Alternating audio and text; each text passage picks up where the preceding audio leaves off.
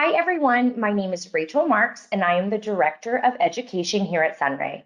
We help thousands of general contractors, subcontractors, and suppliers secure their lien and bond claim rights. SunRay secures over $10 billion annually. Today's webinar is conducted by the incredible Russell O'Rourke, an Ohio construction lien law guru. Today's webinar's topic is Don't Sign a Release Unless It Says This One Thing. So without further ado, I'd like to introduce the fabulous Russell O'Rourke. Thank you, Rachel. It's a pleasure to be here today.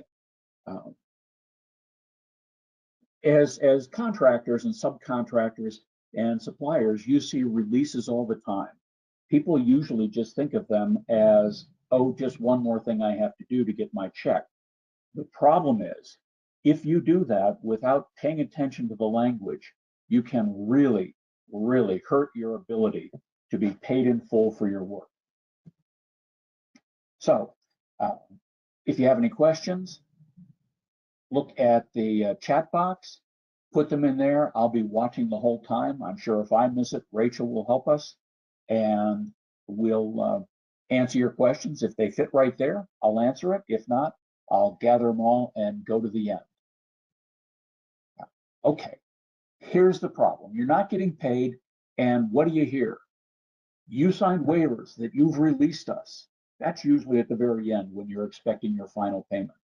Your contract requires you to sign a waiver that's our waiver. Now, that could be okay, but it has to say the right thing. The contract requires you to sign this waiver. Here it is, sign it, don't ask questions.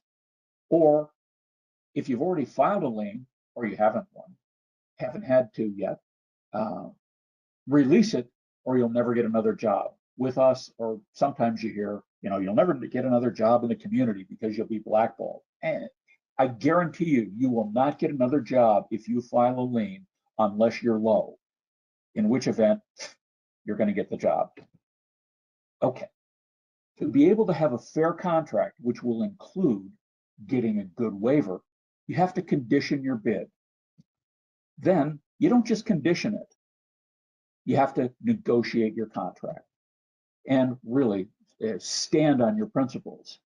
When you're negotiating, actually take a step back. When you are bidding, one of the things you should bid is to include specific lien waiver forms.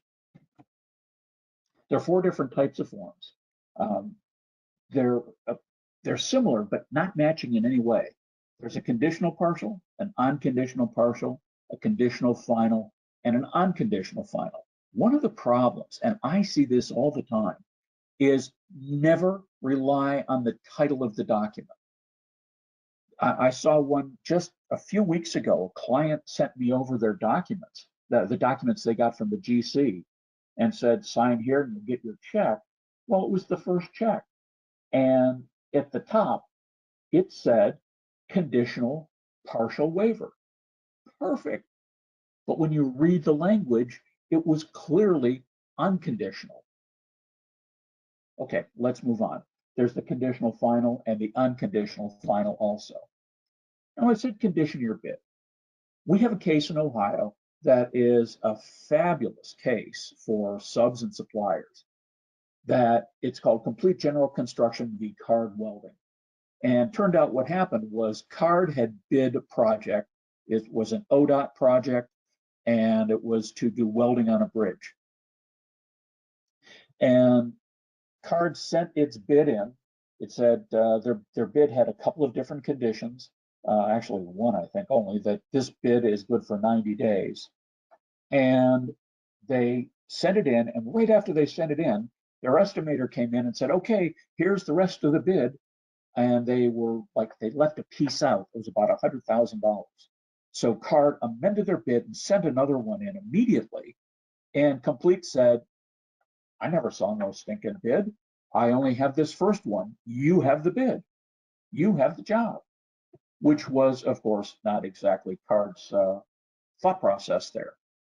So what happened was that Card didn't do the job. Complete found somebody else to do it and then sued Card for the difference, which is what the remedy is if you bid on a project and you say, I can do the job for X dollars, and you don't do the job, the contractor hires somebody in your place, you will have to pay them, or you're liable to pay them, the difference between your bid and whatever it cost the replacement contractor to do the work. So they're going to be forced to do this work. They didn't, and got into this lawsuit. CARD defended by saying, you didn't accept all of our terms. Our term, the pretty much sole term, was it had to be accepted within 90 days. You did not accept it within 90 days. And the court said, you know, you're right. Sorry, complete. You breached the terms of the bid, and therefore you can't hold them to the bid. Now, this is, if, you know, I'm a lawyer, so I read funny stuff, but if you ever wanted to read a good case, this is like a primer on bidding. It goes through everything from the first case back in 1958 in California of how this whole concept of a contractor being able to hold you to a bid occurred. So, oops, I guess I didn't want to go there. And what CARD said, when you get all the way through it, it says if you bid without restrictions, they can hold you, the contractor can hold you to any terms that are common in the construction industry. So if you didn't want a pay if paid clause in your contract, you have to say in your bid, no pay if paid clause.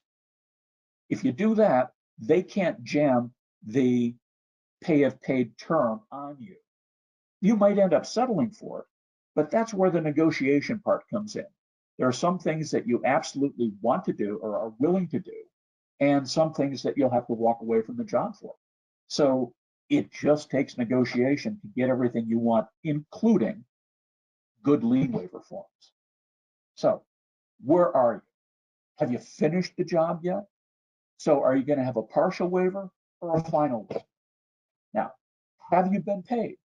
You can have an unconditional partial waiver. Of course you should, because there's this, the whole process is you get paid, you give an unconditional waiver. The unconditional waiver goes from the contractor to the project owner, and the project owner pays the contractor. Yeah, well, that's the way it's supposed to work. We all know it doesn't. We know what happens is that the contractor doesn't pay you until you have given a waiver to them, and they have given that to the owner, who then pays them, and they pay you belatedly. In fact, contracts usually specify that they're going to get paid in 30 days, and our prompt pay law says they have to pay you within 10. So you're 40 days after the time that they sent their pay app in on a good day.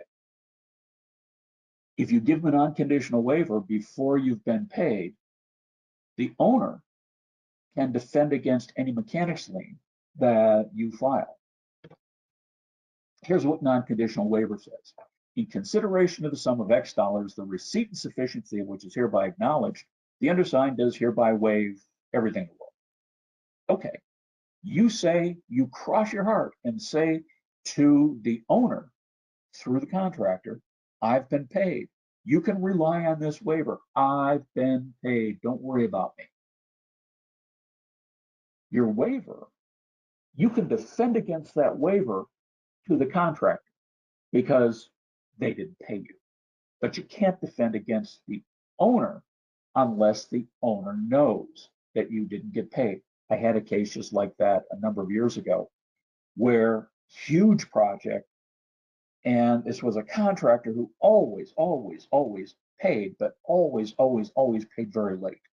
So every sub that was working for him constantly was giving these unconditional waivers. And the company was a multinational company, the owner of the project. And this was a small job. It was only like $50 million. So they put the young kid on it. Well, young kid goes to the owner because he's starting to get notices from the sub saying, hey, where's our money? We've been giving you lien waivers for the past several months, and we haven't seen any payments yet. Kid goes to his boss who says, yeah, we're worried about this contractor. Don't do anything. We're worried that if he pays the subs, he's going to default and we won't get our project finished. Bingo. That took away their reliance. But now we had to prove that. So, everybody ends up in court over what exactly should be the result here. And the result ultimately was, yes, you knew and you used for your own benefit all the subs and suppliers' work and material. So you can't rely on that waiver. But that is one of the very few times I've ever seen anything like that happen. What if you're still waiting for the check? What if you're still waiting for the check to clear and you don't know for sure if you can trust it? Well, that's when you're going to have a conditional waiver. Upon the receipt of the payment in the sum. See how that's different? Upon the receipt of the payment in the sum of X dollars and when the check clears the bank on which it's drawn. So that's twofold. I didn't get the check yet, and I don't know if it's going to clear the bank. So don't rely heavily on this. It's not a self-proving lien waiver. It'll still be good because sub or contractor can take the cleared check and send it to the owner and say, here, look, we paid them. Okay. Or if you do it in a two-tier stage where you give an unconditional waiver and in return they pay you, and as soon as you get that check or when it clears the bank, whichever you trust, you give them the unconditional waiver back. And it goes like that. So you have these two different waivers competing all the way until you get to the very end of the job when you get your last payment, all your retainage, and you give them the final unconditional waiver. What if you're still owed money? And there's all kinds of money you can still be owed, like you haven't finished the project, or there's the retainage, or there's unresolved change orders. If you give either a partial or a final waiver, if you don't select those things out and say, I'm still owed money, or, all of this except I have change orders 1, 5, and 7 that still have not been resolved, you can end up waiving those to both the contractor and the owner. So you're paid in full, including retainage, and all issues are resolved. There's no remaining conditions. Fine, use that final waiver. The undersigned hereby certifies, represents, and warrants that the undersigned has been paid in full and waives all claims, releases all right to a mechanics lien, stop notice claim, et cetera, et cetera, et cetera. That's the one that you want to use when you're at the very end of the job. But you have to have gotten everything and you have to be sure that check is cleared, or you're going to trust it because the contractor would never default on it. It waives and releases everything through the date hereof. Is it the very last lien waiver? If that's true, then it is through the date hereof. You should gladly sign it. What if it's not? What if it's an interim one? Remember what I said before about, well, you are, excuse me, you give your pay app to the contractor by the 20th or 25th of the month, and maybe it goes through, it anticipates through the end of the month, whatever. Whatever you give them, they put in their pay application. And if everything goes right, the owner pays the contractor within 30 days, and then they pay you with an additional 10 days. If you're a sub, then that could be another, or if you're a supplier, that could be another 10 days out or further down the line, 10 plus 10 plus 10 for every layer.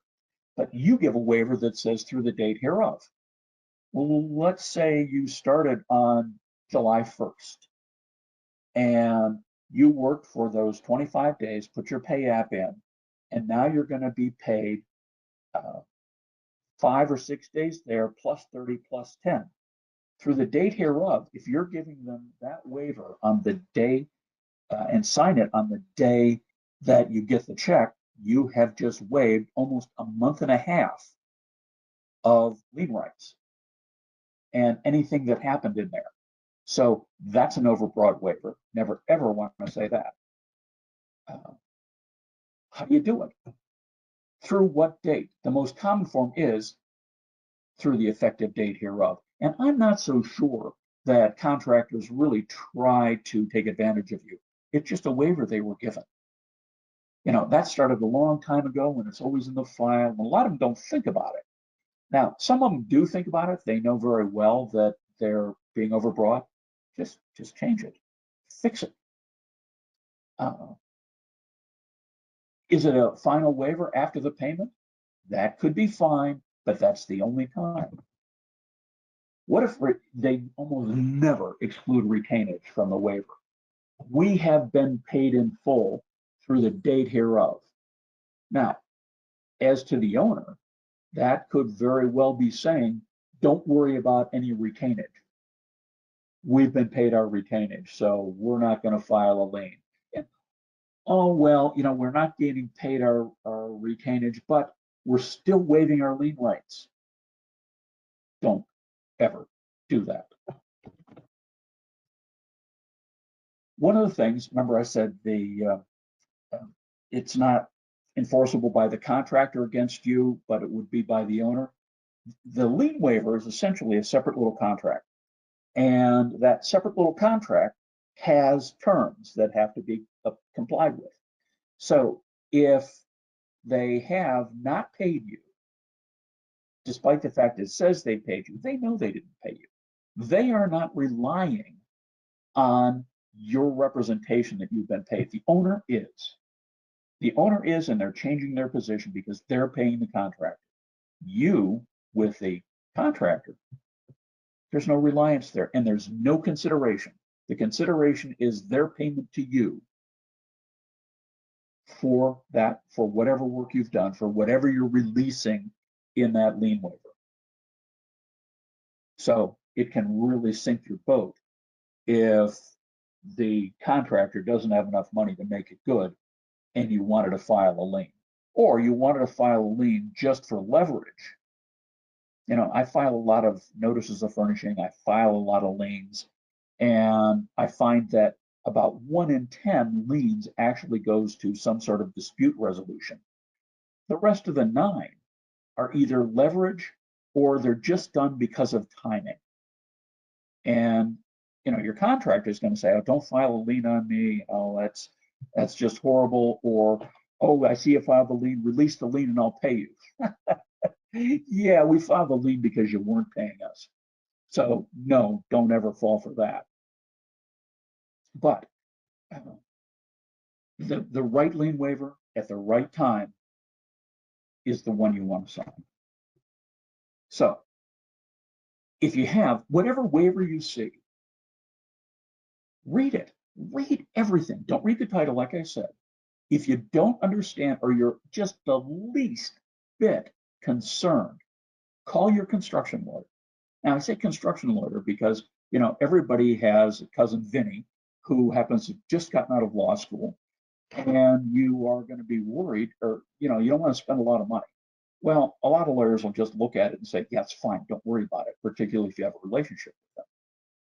But if you talk to a construction lawyer, they're going to know the answer. They're going to know everything I just told you here. If you talk to somebody else, they're going to say, oh, don't worry about it. You know, if the check doesn't clear, they don't know. A good construction lawyer can answer your question off the top of their head, while a non-construction lawyer, cousin Vinny, may very well have to either do one of two things: guess at it, thinking, oh yeah, I heard about something like this in law school, or do research, in which event it costs you more money. It either exposes you or costs you a bundle of money, when a good construction lawyer can just say, yeah, fine, or no, here's how we're going to change this for you. And you can fix it a number of ways. You can modify it, cross stuff right out. You can footnote it. The one thing that I was worried about footnoting, because a lot of people do that, is if you footnote it and you have the footnote down below where you sign, an unscrupulous contractor can like trim off that bottom and send it to the owner. Now, that'll be good as to the owner, but not necessarily so good. They cheated, but that cheat isn't going to hurt you as to them. But if they don't have any money, then you can't file your lien. If you haven't been paid, you really want that one thing. Upon the receipt of payment and when the check clears the bank on which it's drawn, those are the magic words you want to see. Okay, we've reached the end of our program. I don't see any questions here.